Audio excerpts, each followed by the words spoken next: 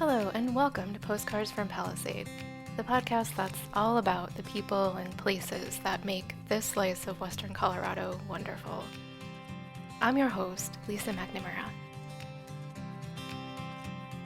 Today, I'm talking with a star of the Colorado wine scene and her new sidekick to find out what's going on in Palisade and the wider Colorado area in the wine industry today. Thanks so much for spending some time with me today.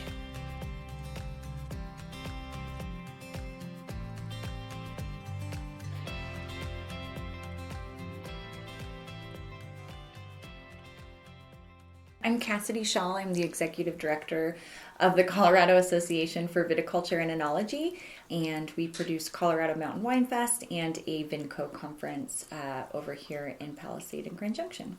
And if we hear anything in the background, any chewing, who is that? We are here in my office in Palisade with our little puppy, Jilly, and she's enjoying a little bone behind us. So for somebody who maybe hasn't heard the terms viticulture and enology before, what does that mean? Yes, our organization has a very long name. We're more affectionately known as CAVE, but viticulture is grape growing and enology is winemaking. We are a 501c6 trade nonprofit. We were established way back in 1987 as all volunteer board over here in Palisade by winemakers and grape growers here in the area. And we are set up like a chamber of commerce. We have several membership tiers, winery and vineyards, allied trade partners, so other organizations that are interested in being part of the organization, maybe retailers, real estate offices, things like that, cork companies, and then individual members, so amateur winemakers and the like. And our whole organization exists to support and encourage winemaking and grape growing throughout the state through education and research. And we do that through a couple really big events, mostly the consumer-focused event folks are more familiar with is Colorado Mountain Winefest. Mm-hmm. And then all of the proceeds from that go back to the industry through our trade conference held every January called Vinco. And what would a member of CAVE get? Like, what benefits do they get by joining? Several benefits through all three of those tiers, but the big ones are discounts to a lot of those events. We put on many educational seminars throughout the year. We hire a full-time lobbyist that monitors and legislates on behalf of the industry and monitors alcohol-related bills for us. Like I mentioned, that conference we put on, it's a 4-day multi-track trade show and conference held over here in Grand Junction. We partner with the Western Colorado Horticultural Society and put together 4 days of industry learning, and we bring in folks from all over the country and sometimes all over the world to speak to our industry on winemaking, grape growing, business and marketing, and then a very large trade show accompanied with that. And then we do a lot of marketing and outreach on behalf of the industry. Through Winefest, of course, that event brings in anywhere from 4,000 to 5,000 attendees for several days in September. So a lot of different things. We also run an amateur wine competition throughout the year for our amateurs, bringing in judges from across the state to judge amateur wine. So a lot of different facets. With the amateur winemaking, I looked a little bit at that online, and there were a lot of different award winners, so that made me think there must be a lot of entries. Yes. We range anywhere from, I'd say 80 to 90 to over 100, 120, depending on the year. And then what's really, really cool about that event is we get to see amateurs enter year over year and maybe get a bronze, a silver, a gold medal, then gold, double gold year over year, mm-hmm. and then really get those comments and feedback from our judges, and then get that praise and just really want to step up their game and go on to open a commercially licensed winery in the state. So just really seeing that stepping stone and being part of growing the industry itself. Yeah, Jilly is jumping on me right now. She's so cute. She wants to be part of the interview. She's so tiny. Yes. Yeah, so that's cool. You get to see them kind of grow and progress over time and get to really know people mm-hmm. as they get started. That's and really cool. We've been part of, or not been part of, but really just gotten to see the industry grow. One of our CAVE board members, Julianne Adams with Vine 79, actually was one of our amateur winemakers for many years and opened her winery during COVID. Oh, wow. And she's located right here in Palisade. Yeah. Well, I did have one follow-up question about Vinco. The average person maybe wouldn't necessarily kind of know what's going on, but it just seems like such a great venue and important resource for winemakers and grape growers in Colorado. What do you see being kind of the few things that are most in demand for people wanting to learn about? So you're exactly right. VinCo is a very industry-focused event. A lot of folks don't really even, if you were a consumer on the street, don't even know what's happening in the convention center, especially in the middle of January. But we're seeing a lot of folks in the industry really focused on water right now. We're obviously in a drought years in the Western Slope and in Colorado in general. And then in winemaking and viticulture in general, we're really focused on the types of grapes we're growing. 2020 was a really, really devastating year for everybody, of course, with the pandemic. But in the wine industry, we've suffered a very, very devastating freeze. Out here in Palisade and even up into the West Elks area, it was late October, we had a over 70-degree shift in temperature in 24 hours and lost, I think the final count was, 70 to 80% of all vinifera. So we're really looking at hybrids and different types of grapes that grow well in Colorado. As you know, our climate is very temperamental.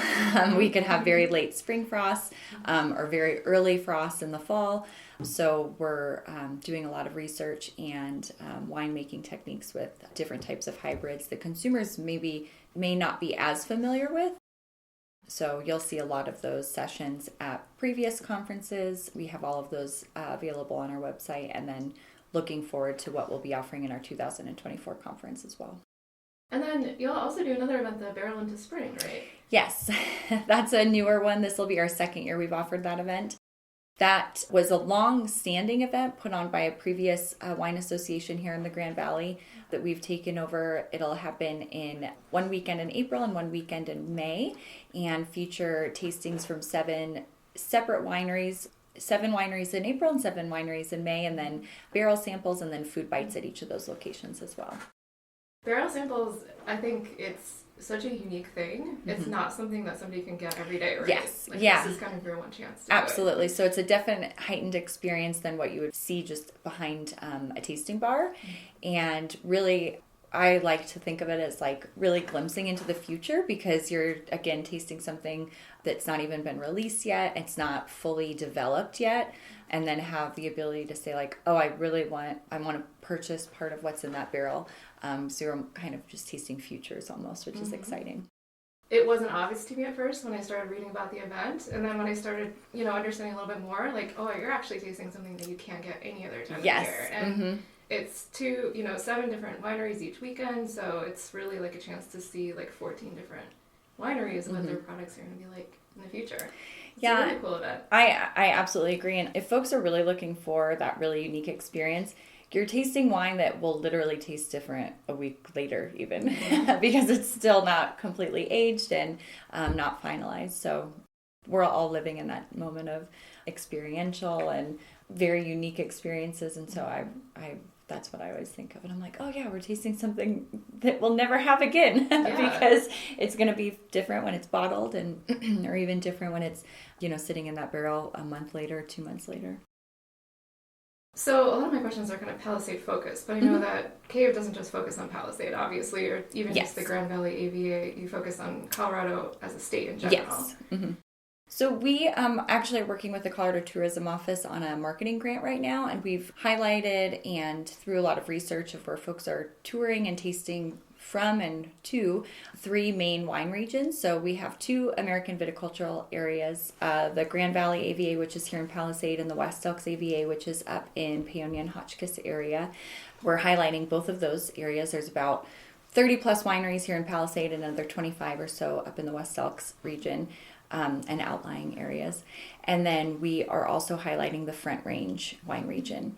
And the Front Range wine region, we are very broad and pulling from Boulder and Fort Collins all the way down through the downtown Denver area. And then there's wineries all the way down to Colorado Springs, Canyon City.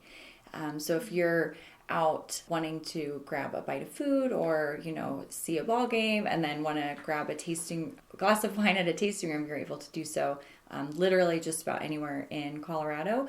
We have wineries all the way down at the Four Corners region. We have wineries in Evergreen. We have wineries literally on the Continental Divide. It's really a unique state to drink Colorado wine and wine in general, obviously, and then where our growing regions are as well. Mm-hmm. Over the last 10 years or so, how much has Colorado wine production changed? Exponentially. When I started just over 12 years ago, we had just over 100 wineries and about the same vineyard production, but we're now sitting at over 170 wineries. Oh, wow. And that includes wine, cider, and mead. But it's really exciting to see how far the industry has come and the perception of Colorado wine has changed significantly. We have wineries that are being written up in Forbes and Wine Spectator and Wine Enthusiast, and our regions are just getting such great press and representation, which is just so exciting to see. Yeah, it is really exciting. I mean, I'm obviously a big fan of Colorado wine. Yes. So we were talking a little bit earlier about the ballot initiatives in 2022. There was a lot that people were able to vote on last year in terms of wine availability, and the one that actually passed was wine in grocery stores. Can you talk a little bit about the one that passed and if CABE had an official position on any of those initiatives? Yes, there were a lot of initiatives involving alcohol and wine. Our organization did not take an official position on any of them. I don't believe. This was a while ago, and we have a lot of legislation coming down right now. The one that did pass was wine in grocery stores. We have such a large representation of our membership that some would benefit from, some would not. And we felt that it was in the best interest to let our membership kind of go forward and what works best for them, rather than take a position that may negatively impact one or the other. From vintners restaurants to limited wineries to we have liquor stores we represent as well. We have immediately seen, that went into effect earlier this month, 20 days ago or so. We have some that are making use of that and have seen placement in Whole Foods and Trader Joe's, city markets and things like that. And then some that are just continuing on with direct-to-consumer or liquor store placements. But it's definitely a shift in overall in the model for sure. Yeah, and I would imagine that it would be a very complex issue for this position where you are really trying to elevate everybody. Yes. And we are a small industry. As you know, in California and some of those bigger wine regions, they're like, wait, you don't have this? This is old news. But those are also very large production industries. On average, I'd say the Colorado wine industry is, about 1,000 to 2,000 cases per year. We do have several wineries that make much, much more than that, and then we have some that make less than that. But to fulfill some of those case orders or some of those orders for some of these larger grocery stores or convenience stores, that's where you get into some of those, like you said, those layered and complex issues. So. Yeah, that makes sense. It may work for some, it may not work for all. If you need to take her out or anything, we can totally pause. I think I'm going to give her... Yeah. I know we need to go out a lot, right? I have a little toy for her. Oh, yeah. Oh, my God, so she's done. I know she's like distracting me with her cuteness. I'm like, oh. Yes, it's hard to get me Okay. Anyway. But for the upcoming year, you mentioned that there were quite a few things currently in legislative session relating to alcohol industry. What kind of things are you seeing, or what? Yeah, there are lots of things happening in the legislative world regarding alcohol. Currently, our organization is working on a festival bill to assist with the amount of festivals a winery or cidery or brewery or distillery can attend in a 12-month period. So that would really assist with the winery's ability to attend festivals, sell wine by the glass or bottle, and just be able to have that be an additional kind of extension to their business model. Mm-hmm. So there's a limit today then? Mm-hmm. Oh, interesting. So they're capped, so really like a winery would need to say, okay, I need to pick plan out their a year. certain number of festivals, and I'm going to try to figure out which ones are going to be most useful to me, and I can see how that would be really challenging. Yeah. Anything else, or is that kind of the big one? That's the big one, definitely, we're working on. The other cool thing I noticed on your website was that, CAVE offers a scholarship program. Yes. Well, we just did pass the deadline for this year. Yes, I have all of the emails drafted, ready to go out to the recipients. Yeah, that's week. Such a cool opportunity. Or can you talk a little bit about what that's for, or traditionally who it's been awarded to? Mm-hmm. So this is a scholarship program we began, several years ago, before COVID. And we wanted to make the barrier of entry really, really easy and low. So it's for any CAVE member or their employees or staff. The board or our staff can apply, and it has to go towards something in viticulture, enology, or marketing or business related. And that's it. It can go towards classes, a seminar, a session, a tips training, anything of the sort. And we've offered it, like I said, for the last several years. Unfortunately, during COVID, we had to pull back that program. We weren't able to offer Mountain Winefest. It was the only year it's ever been canceled in 2020, and that's our biggest fundraiser. So that was one of the programs we've unfortunately had to cut. And this is the first year we've been able to bring the program back, and we've been able to double the amount of funding we've been able to offer through our scholarship program. So with that amount of money we've been able to offer, we've also seen a increase in the amount of applicants, which really made myself and our board really happy. So that application deadline was earlier this month, and our board met earlier this month as well, and went through all of our applicants and saw all of the programming they were requesting funding for. So it's everything from UC Davis winemaking courses to tips training courses to tuition assistance for our Western Colorado Community College Viticulture and Enology program. So really anything in the realm of viticulture and enology or winemaking and grape growing, just to encourage and further their education and training. We don't care where it exists in the world. We don't care if they're going to a course on the other side of the States or on the other side of the world, or if they're taking an online certification program or a WSET class, a certified SOM class. We're just excited to help support that additional education and training. Cool. And that they're doing that. Yeah. And we can be part of it. Definitely. Yeah, it really helps benefit the local community and, anybody who's a CAVE member or anyone in Colorado. Yeah. So that's a really cool thing. Obviously, a lot of the production of wine, grapes, fruit, everything in the valley wouldn't happen without migrant workers. Yes. Take on a lot of the labor. Mm-hmm. What, if anything, does CAVE do to support migrant workers? So we've worked closely in the past with the Child and Migrant Services. They've been partners at our Colorado Mountain Winefest in the past. Like I said, all of those scholarship opportunities are open to all. And then we work closely with the Western Colorado Horticultural Society. So all of these organizations are intertwined. And like you had said earlier, all of these programs are intertwined and the product is intertwined. And yeah, it's a huge, amazing organization. And without them, this organization would not exist and this industry would not exist. Right. And they're doing phenomenal work here in the Valley. Our lobbyist is also monitoring anything that's involving the H2A program and anything that would impact either positive or negatively with what goes on with our migrant workers as well. Of course, makes sense. What new things are Colorado winemakers doing that you're really excited about? We're seeing a lot of amazing collaboration between our own industries. So it could be alternating proprietorship, so wineries working on different types of wineries working on each other's licenses or sharing barrels, sharing ideas, things like that, to different packaging and different types of collaborative efforts towards new and exciting wines and varietals. We're also just seeing a lot of kind of that trend in hybrid wines and blends.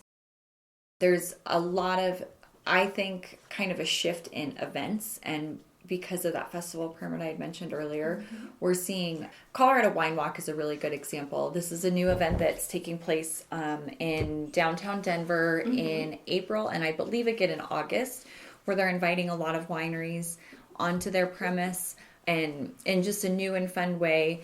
I think they're having 9 to 12 wineries with little tables, but with a wine check, just a very new, I don't want to say improved festival, but just more of these urban feel, urban vibe instead of like Mountain Winefest, for example, where you're down in a riverbend park or park atmosphere, just kind of a new take on a festival atmosphere.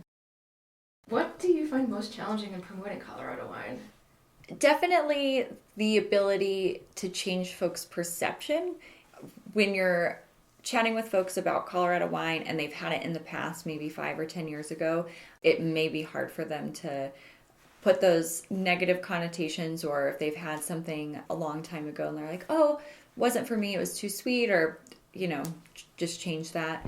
And so events like the one I just mentioned, or a wine fest, or a tasting, or a wine pair dinner is a really great way to showcase how far the industry has come and how new some of these wines and blends and new hybrids that are coming out would be a great way to introduce some of these, just how amazing these wines are. Mm-hmm. So, like I mentioned earlier, I'm from upstate New York, and I worked in the Finger Lakes wine region for seasons, and it was a very similar challenge for New York wine. A lot of people had it 10 or 20 years ago when it was more like jug style, really sweet, and they're like, oh, I don't like New York wine.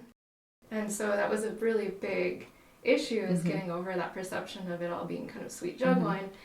When actually they're doing really amazing Rieslings and cold climate red wines. Yes. So that's interesting that I think a lot of the smaller, less known wine regions probably struggle with something similar. Yeah, and we bring, her name just escaped me, the folks from Red Tail Ridge, they've come out and spoken at Vitico. Yeah, and they do just a fantastic job. Oh, you're in a meeting? Okay. Hi, Rondo. Hi. Call me when you're done. Okay. Don't let the puppy out. I won't. Thanks. I didn't even see you. He's somebody you should talk to. But their wine is amazing. It is. And very similar. And one of the best comments we get, I don't know if that's the right way to phrase that, but when folks come and taste and tour through Palisade is, oh, this was Sonoma 25 years ago, or this was Napa 30 years ago. And we very much lean into this wine region, to Palisade being very small and quaint and very family focused and family oriented. There's a very high chance when you're tasting here that you're meeting or you're having wine poured from the winemaker, the owner, the cellar manager, the vineyard manager. Most times they're all the same person, and most times they're all husband and wife, or they're related. But it makes for such a unique experience and storytelling. I mean, you're getting from front to back how they got into the industry, how they got into this, this lifestyle, and why they make the wine they do. And that's not unique for the whole state of Colorado. You'll hear the same from the West Elks region, from downtown Denver, from the Four Corners, the Rocky Mountains as well. That just helps contribute to the really friendly atmosphere too, because it is so familial and welcoming. Absolutely. Like we just saw, Rondo walked into the cave office. Yes. You're located in downtown Palisade. Yes. If somebody were to stop in, do you have people stop in? And if they do, what sort of information can you provide them? Yes, we. So I work here in the office with our program director, Melinda Treadway. We're a small team of 2. And we are here year round. We have the ability to offer literally anything and everything for folks that come in off of the street. We have maps of the area for the just the area of Palisade, and then we can answer anything and everything for the wine industry on a statewide scale as well. We have a tiny little retail shop. We have all the previous year's Winefest posters. We have Winefest merch. We have Riedel glassware, t-shirts, things like that. But we do get a lot of walk-in traffic around high season, which for us starts probably April through September, October. Folks looking for best places to taste, places to eat, where to stay, what to do while they're here on their visit. So yeah, we like to think of ourselves as like a little visitor center or an info desk for the wine industry. So if you're around, please stop in and come say hi. We also have lots of dogs in the office. Oh my gosh, I know. I've never seen We the have most our- adorable puppy in the world. We have our little puppy, and then Mel has two German short hair pointers named Stella and Nelson. So it's Well, a little that's doggy actually petting sweet. zoo in here. Yeah, stop by for some wine info and some dog pets. Yes. Oh my gosh, she's... What is she doing? She's somehow like rolling. Oh, she's trying to get me to pet her belly, like in the air. Oh my gosh. Okay. So personally, I have like tons of job envy for your position. How did you get into this, and what made you want to do this for your career? I graduated from Mesa State / Colorado Mesa University. I graduated the year the school changed names with a degree in human resource management and business management in 2011. And I knew what I wanted to do. I just didn't know where I wanted to do it. I really wanted to work in nonprofit. I had done a lot of work in service clubs and student clubs on campus my whole student career. And when I graduated, I just started sending resumes everywhere. I had moved here from Costa Rica. My family and I had lived in Costa Rica for several years. So I was like, oh, let's get out of Junction. Let's go back to the big city. Let's go to Denver. So I was applying to places all over the state, essentially, but not here. And I think it was my mom or my grandmother that found literally an ad in the Daily Sentinel. And they're like, you should apply for this job. And it was an executive director position for an organization I had never heard of, but it was event planning and volunteer coordination and things that I had done all throughout my career at school.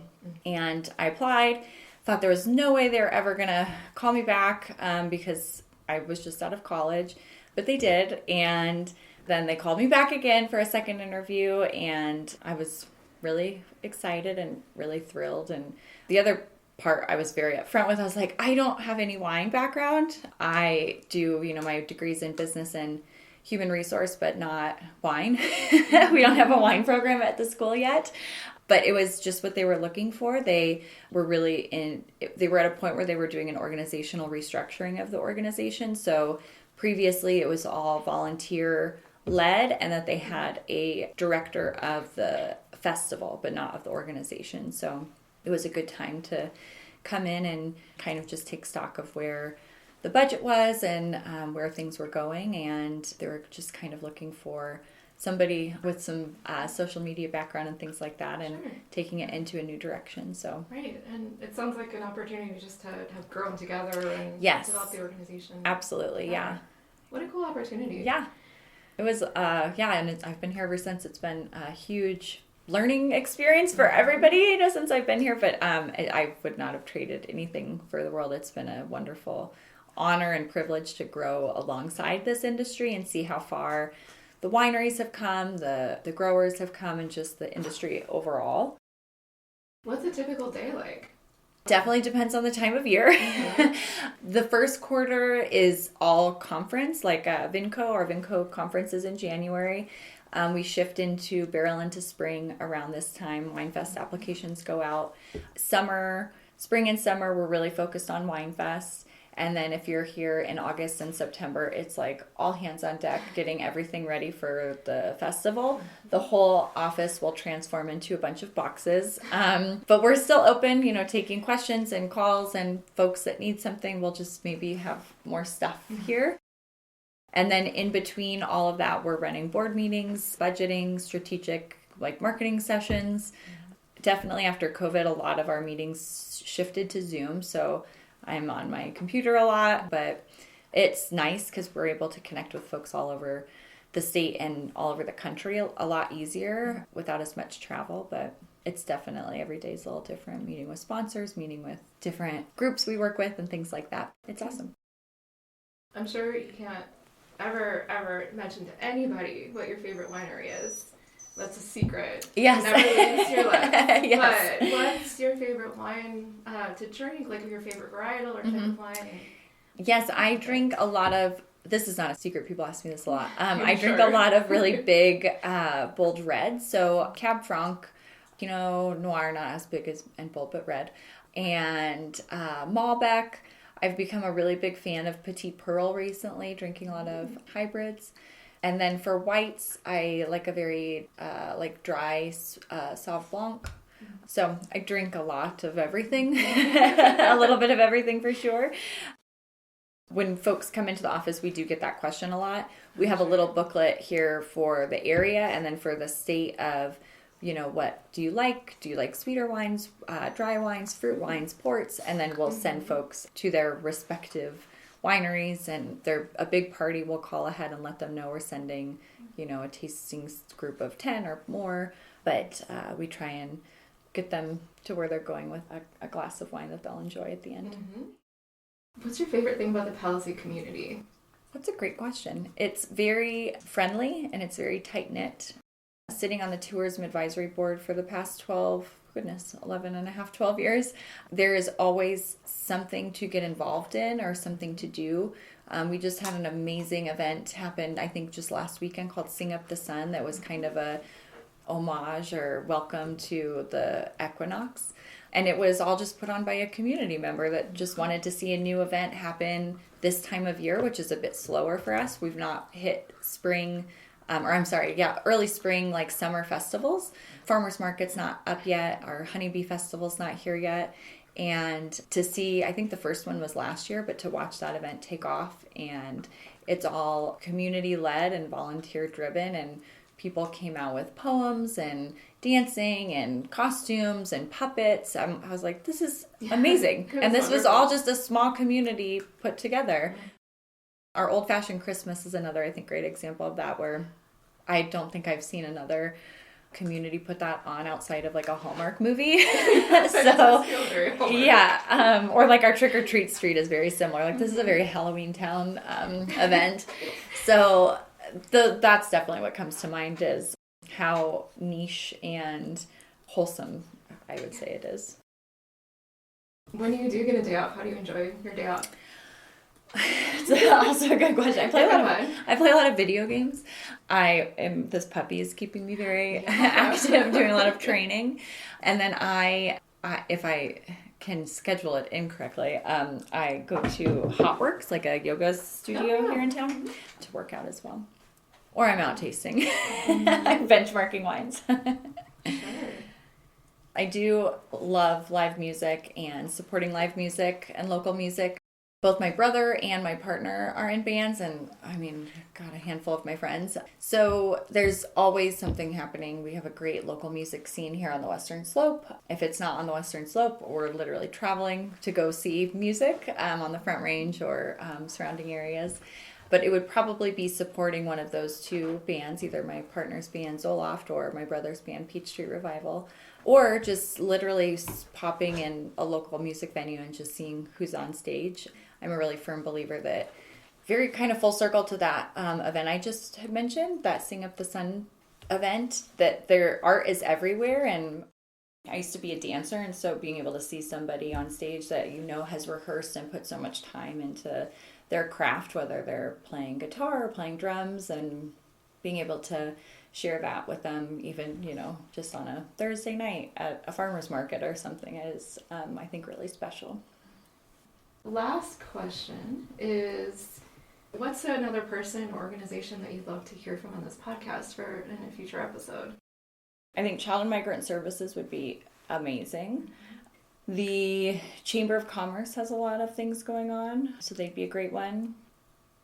There's still a lot. I could just email you a whole list. The Chamber would be great. The town of Palisade would be great, I think, because between what they do for the town and then the events they put on as well, they put on bluegrass, I think would be an awesome one.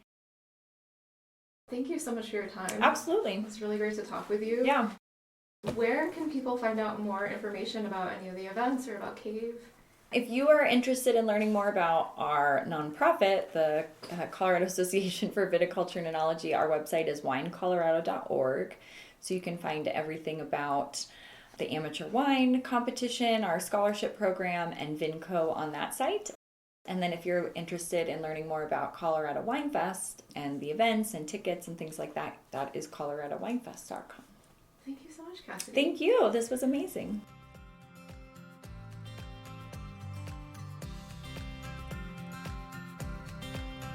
If you're interested in being on the show, or if you have ideas for a future show, I'd love to hear from you. You can reach me at lisa@postcardsfrompalisade.com. The Postcards from Palisade podcast is available on all major podcast distribution platforms, like Spotify, Apple Podcasts, and Stitcher. Find us and subscribe now so you never miss an episode. We also have a website, postcardsfrompalisade.com, where latest episodes and links to more information are posted. Thanks for listening. With love from Palisade.